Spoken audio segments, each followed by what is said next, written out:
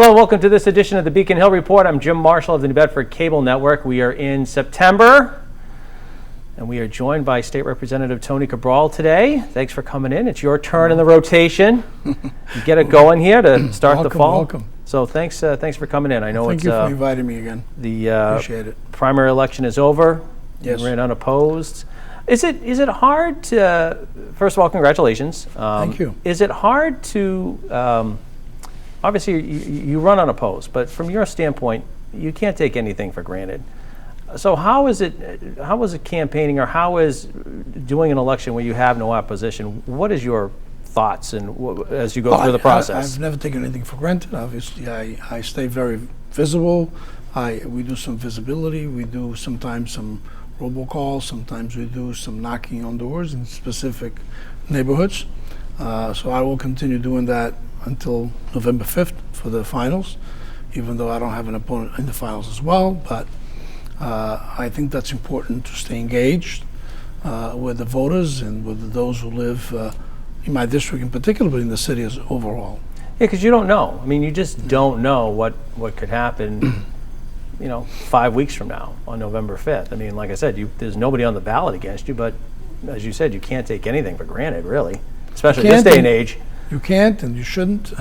And I run every time as if I have an opponent when I don't have an opponent. I stay engaged with my district, the neighborhoods in my district, and I do go door to door in some areas, not all of the areas, obviously, but some pockets here and there to get a sense of what people are thinking and what the concerns in some cases, in case you didn't hear overall, but you engage voters, one-on-one that way. Right. The election turnout I saw was a little under 10%. From your standpoint, as just in general, as an elected official, how do we get people to vote? How do we get people to participate in the process? It's not easy, right? There are no easy answers, I should say. But I think it's been a trend lately, hopefully, that we can change that around, that we improve the number of folks who come to the polls, be a primary or be a general election. It's important for people to participate. Obviously, that's how you keep a healthy democracy. Some people might say, well, why do I have to go? Maybe there's no opponent, no one is running against. I think it's important to go. I think it's a civic duty, right? Mm-hmm. To participate in every election, be primaries, be general elections or not. So I always try to encourage people and to try to motivate people. But the turnout speaks for itself. We had about barely 10% in New Bedford, the turnout. And we need to do better than that, obviously. Is it... do you start, because you're a teacher, does it start younger? Do we try to get younger people to realize the value of voting? I mean, everybody takes civics, or I think they take a civics class when they're young, but I think a lot of it, I think, has to do with engaging with your own friends, your own family. I know in my house we talk about elections all the time, obviously, and my daughter is very aware of. She goes with me most of the times. Now she's a little older, but when she was younger, every time I went vote, she goes with us to see the process and to feel the process. And she knows how important it is. So I think that kind of engagement, that kind of participation, parents taking their kids when they go vote, nothing wrong with that, right? So to set an example, I think, and have conversations. Doesn't have to be heated conversations, just the conversations about the civics and the civic responsibility and the duty that it is to participate. I think that's how we're going to turn some of this around. And of course, in November, for the general election, it's a presidential election, so turnout is expected to be much higher than what we see in the primary. But it's interesting as you talk about engaging younger people. I know that, and I'm generalizing here, totally generalizing. There are those that complain that teachers and what have you shouldn't be talking about the elections in school. They're, the indoctrination of students or what have you. Right. But it's a double-edged sword. If you don't teach it, how are we going to learn it? Right. The process I'm talking. Yeah, I think the best teachers are parents, right? And I think it starts at home. Like anything else, it's important to engage your kids, your young kids, regardless of what age they might be, on the importance of participating on a democracy, how important it is. The vote is the tool, if you will, to make any changes or at least send the message that you might want to send. And we've done that in America forever, right? Lately, it's kind of a little shaky in some areas, but I think we are an example to the world of how you change, how you continue a healthy democracy. We are really, an example to the world, and in order to do that and continue to be a leader in that area, I think we need to have bigger participation at election time. Yeah. And in my opinion, it starts at home. So right now, the formal session has ended. You are in, quote, informal session right now. I know that there's been a lot of criticism that a lot of work didn't get done during the formal session, and I know the governor and the speaker and the Senate president said they would bring things up in informal session. The economic plan was one thing that they were talking about. You've talked about housing issues that need to be addressed, and I think there was some scuttlebutt, as I was reading, that not everything got done that they wanted to get done for housing. Talk to us a little bit about, quote, this informal session and what I guess we can expect. Well, a lot of work gets done in an informal session. Folks sometimes, they're out of full formal, nothing gets done. To the contrary, actually, a lot of things get done informal. Obviously, there are items that cannot be done in informal that require a roll call. And unfortunately, some of those were left on the table, undecided, undone, when the formal sessions sort of ended in July 31st. And I think we have a duty to go back, and I think we will go back. It's unprecedented. I will set precedent, after all. But I think it's that important that we must go back into a full formal session, be 1 day, be 2 days, whatever many days we might need to really resolve those issues that we left on the table, such as economic development bill. That is the big piece that was left. And that bill requires a roll call. I was just going to say, you talked about that the last time you were here, that was a piece of legislation that had to be addressed. Yes. Obviously, you still must feel that way. That's I feel the same done. way, and I was hoping that we were going to actually be able to accomplish by July 31st. We didn't, but we need to finish it. I think we cannot wait, or we should not wait, in my opinion, for the next legislative session that starts in January. The bill requires a roll call, so you cannot do it on an informal. I know the reluctance in the past by leadership, both in the House and the Senate, to go back into full formal. It kind of creates, as I said earlier, a precedent that we might have to come back every time. Well, we didn't finish something, we have to come back into full formal again.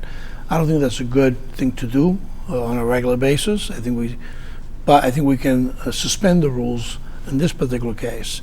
It's important that we get that done.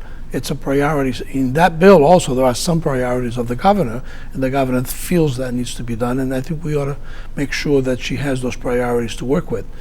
And in that bill, there's a lot of things also for local communities. I was just going to say, the one thing you talked about when you were here, I think it was 4 months ago, if I'm not mistaken, if my math is right, you talked about the general package, but you said it does have an impact locally.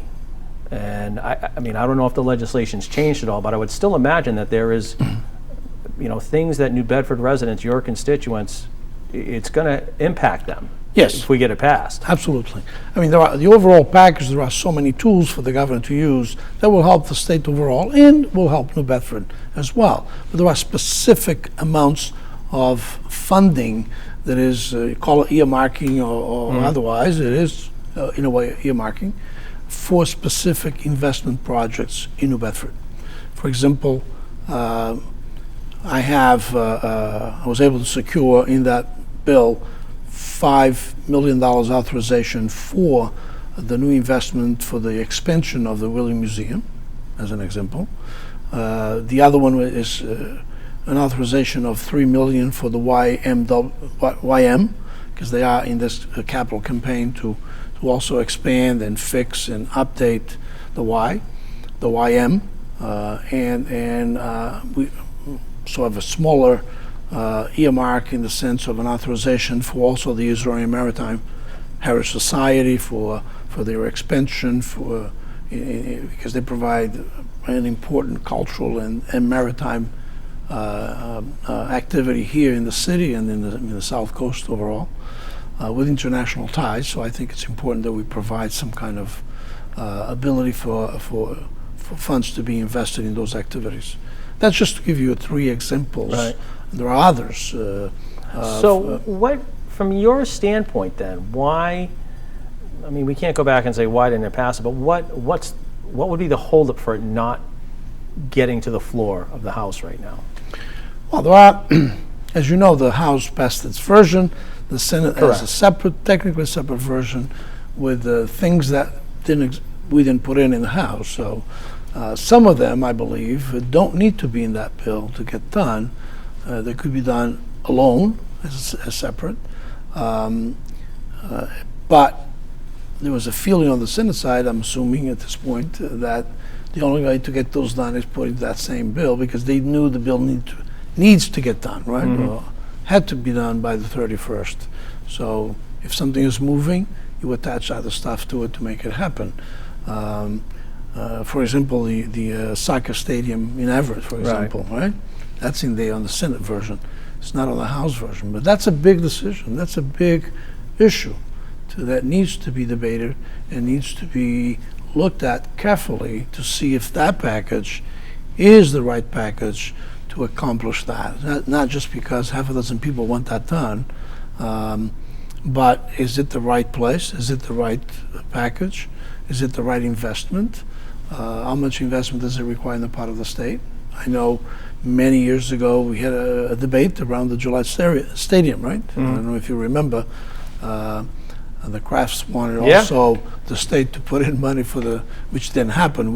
The state committed to do the infrastructure outside of the stadium, right? Right. Making easy access on Route 1 and other places. Right, it was for the highways and and that. So I think we have to look at that package. The House hasn't had an opportunity, really had a full vetted opportunity on that, and certainly not had an opportunity to debate it. Do you think that the 2 leaders will come together and say, all right, we're going to have to get it on the floor, or we're going to have to debate this issue? Or do you think they're not going to come together and it's just going to go by the wayside? Well, I think the Economic Development Bill, there seems to be some consensus in the part of the Speaker and the Senate President and the Governor that we ought to make an exception. In other words, we ought to suspend the rules in order to come back and get that done. Yeah. In particular, the bond section of the bill, such as those amounts that I referred, those authorizations are that's in the bond section, and that requires a roll call. Or else, if you don't have a roll call, then you can't bond anything. You can't go to the market and sell your bonds, right?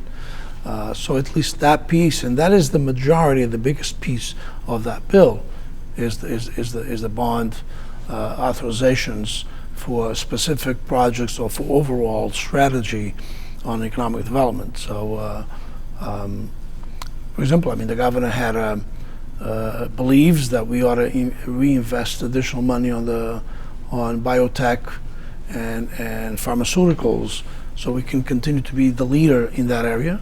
At one time, Silicon Valley was the leader. Today, we are the leader in that area, and we have lots of, as you know, the state over 10 years invested $1 billion in that sector of the economy. It paid off. I mean, we have, for example, two of the vaccines, right, for Moderna and Pfizer, were invented, if you will, or created in Cambridge, right, in Massachusetts. It just gives you if we had not made that investment, most likely that would not have happened in Massachusetts.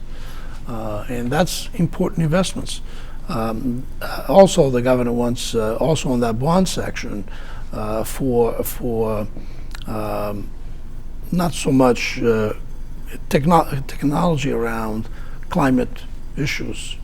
We ought to be the leader in that area as well. I'm not just talking about offshore wind, but other technologies and other development of software in that area called climate tech. That's how it is being presented by the governor. Yeah. All of those authorizations are, again, on that economic development bill. And I don't think we can wait. We need to begin that kind of investment now, so we continue to be the leaders, or we set ourselves to be the leaders in those fields in that area. We'll talk about offshore wind in just a second, but I wanted to ask one more question about the session in a sense that you talked about housing the last time. It was a priority for you because Yes. it's such an issue here. Were you satisfied, or do you think there still more has to be done in this session with the housing bills that passed right now versus what you wanted to see or what you had hoped had been addressed?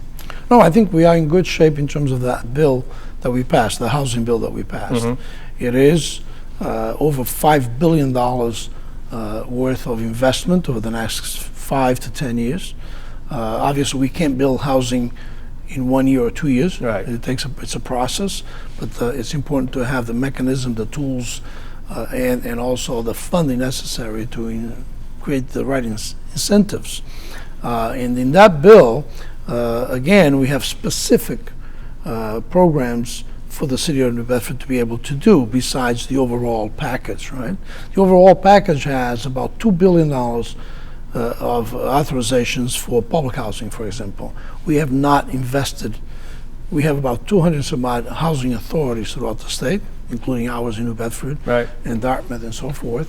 And we have not, the state has not invested for the last 20 years, I would say, or more, in that housing stock that is run and managed by the housing authorities. So we have a lot of offline apartments that are not in condition to be utilized, to be rented.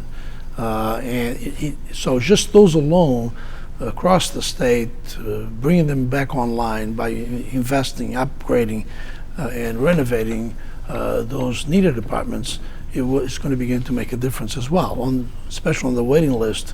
They're huge. They're huge. Sometimes Yeah. a year, 2 years waiting list. And I'm talking about the waiting list in the greater New Bedford area, never mind in exactly. other parts In of New Bedford, in it's other parts long. of the state. Yeah. It's similar. So I think that will begin to address some of that. I was able to secure and create what's called a New Bedford Go Fund for small developers. $1.5 million that would be controlled and managed by the city, specifically for small developers. I'm talking about folks who might want to develop a 3-family or a 6-family. Because right now there are not enough incentives Right. For those kinds of developments. But that's what New Bedford was known for too, is that the tenement houses, Right. all through Because a lot of that housing stock is also outdated, right? Right. And some of them are also offline; they're not being rented. And younger couples, for example, they want to move into a place that has all the amenities, right? All the new things that You they just want it up to expect. date. And up to date, Yeah. right? So this would be the city would be able to target small developers. Call them small developers. Call it what you want, but I would say it's around 3 to 6, 4, sometimes 4 apartments, 6 apartments. That is really small folks, right? Some of them are Some of them owner occupied. Right. Just know? right. Exactly. Yeah. Create incentives and funding for those sort of abilities to happen in the city. The other one is another $1.5 million that would create a separate fund in the city itself, managed by community development, to do conversions of commercial to residential. So, And that's an issue I know that Boston's been dealing with it big time. right. Big time, because there's a lot of people that have not gone back to the office, and they have a lot of vacant. Apparently, Right. From what I read, they have a lot of The vacant city of Boston space. is looking at that in a big way. Because Correct. they have lots of those high rises that used to be office space, Right. and they need to be converted to housing, and the city is doing that. So we need to do the same in New Bedford. So I think it would be great to have these specific funds just for the city to begin this process. It doesn't mean we cannot, big developers can tap also into the state funding per se for those same issues. Now, in a more micro way in the city, I think if the community development office in the city, if they had the ability to have a fund that they could then provide some incentives for that conversion as well, that would go a long way in the city. I want to touch on a couple of things here. Offshore wind, which you have been advocating for a long time. I know that the project with the blade falling off, certainly not good news when you heard about that. And a lot of more critics have been vocal about that it's not going to work, the numbers don't add up, and it just shows that. How do you look at that situation? Because you and others have really pushed for it, and New Bedford's the hub for it, really. Are you still bullish on it? Yeah, I think that's an incident that happened. I think the more we find what happened here, it seems to be the blade itself, and it seems to be a design problem with the blade in a specific manufacturer of those blades. That's what the information that we have so far, but they're still investigating. The investigation continues. Because I don't know if you read this information, but there was a similar incident in England on one of the wind farms. Again, the blade happened to that blade on one of the cycles turbines. Yeah. The same way it happened here, south of the vineyard. Right. Again, it's been identified the same blade design manufactured by the same firm. And it seems it's not a design fault, but a manufacturing issue. So if it is a manufacturing issue, then that can be fairly resolved because they'll know what happened to the manufacturing of the blade. That's what seems to be the case. At least that's what they're zeroing in on. If that's the case, that's good news in that sense, because then you can correct the manufacturing of the blade itself, and that will not happen again. So I'm hoping that all that information comes out quick, so people can feel comfortable about what happened here. And that's the thing. I think that when that incident happened, you had a lot of, and I'm sure you heard it, a lot of negative comments about, in general, the industry. And you've got to reassure them that one specific incident doesn't translate to the entire industry. Yeah, especially if you can nail down what happened here and why it happened. And it seems at this point, we have to wait for more information, that is a manufacturing issue of that blade design manufactured by a particular company that were manufacturing it. So, State peer has been another issue that you've worked on for a long time, and I know that obviously we're talking again about the proposals for it. You're trying to get, I know, more transparency. As of right now in September, where do we stand? And like I said, I know you've been working on this for a long time. Well, Mass Development is analyzing, and all the proposals that were submitted publicly. There was a public forum in which all the proposals that were submitted, about 6 of them, I think all of them have potential. I would like to see a combination of those proposals coming through. As long there are a couple of things that need to stay in place. You can't. You said the last time the fishing industry, obviously, we can't touch that. We can't touch. No, we cannot touch that. We got to continue to provide space for the fishing industry there whenever they need to bring any one of their boats to be fixed or whatever the issue might be. We need to create that space. We cannot displace the fishing industry, and I would not support that. Also, there's a fuel company as well there that I think it's important not to displace. But when you look at overall the proposals, I think most of them you need to work a little bit, and some of them might need to be modified. Most of them can be accomplished, and I think if they are, I think it's going to be great for New Bedford. I mean, you're going to see a whole different state pier functioning completely different and accommodating areas that will create growth and investment for the city. Are you comfortable? I mean, do you think that the legislature at this point in time, because I know that the delegation in general was not happy in a sense that there was no transparency, it didn't seem. Do you feel as though you're getting more information, you're getting more involved in the process than the first time? No, I feel comfortable at this point. I think it was the delegation, by the way, myself and the rest of the delegation that pressed on and made sure that transparency would be there, not only on the proposals being submitted, but a presentation to the public, so the public can be aware of what's going on. Initially, it was the initial round, and then they sort of eliminated that, and they went back and made the opportunity for new proposals to come in again. But that second round of the proposals that have been presented to the public, yeah, I feel comfortable that the transparency is there now. I think the head of mass development, the person who is now the executive director, the interim, if you will, I think he's been around for a long time in state government. He's been the head of other agencies. You know how critical it is to be transparent, how important it is for the public to know and for the community to be involved and for the delegation to be involved. I know we got 2 minutes left, but I want to touch base because the last time you were here, and I hate to talk about it again, but commuter rail, I mean, something, 4 months ago when you were in that time, it's been delayed a year. Yes, unfortunately. It's got to be frustrating from where you're sitting because you've put the money into the project. You've legislatively, there's not much else you can do right now, and it's got to be frustrating that it just keeps getting pushed back. It's very frustrating, and especially the way they changed the deadline. Right? They were not transparent again. A different agency, if you will. Yeah, MBTA. MBTA. But they were not transparent. They were not forthcoming for the reasons why of that delay. The delay right now is up until May, and I'll leave it May 2025. Yeah. And what we're going to do, and what I plan to do, is keep their feet to the fire, making sure that they will meet that May 2025, because I don't see any other reason why they cannot.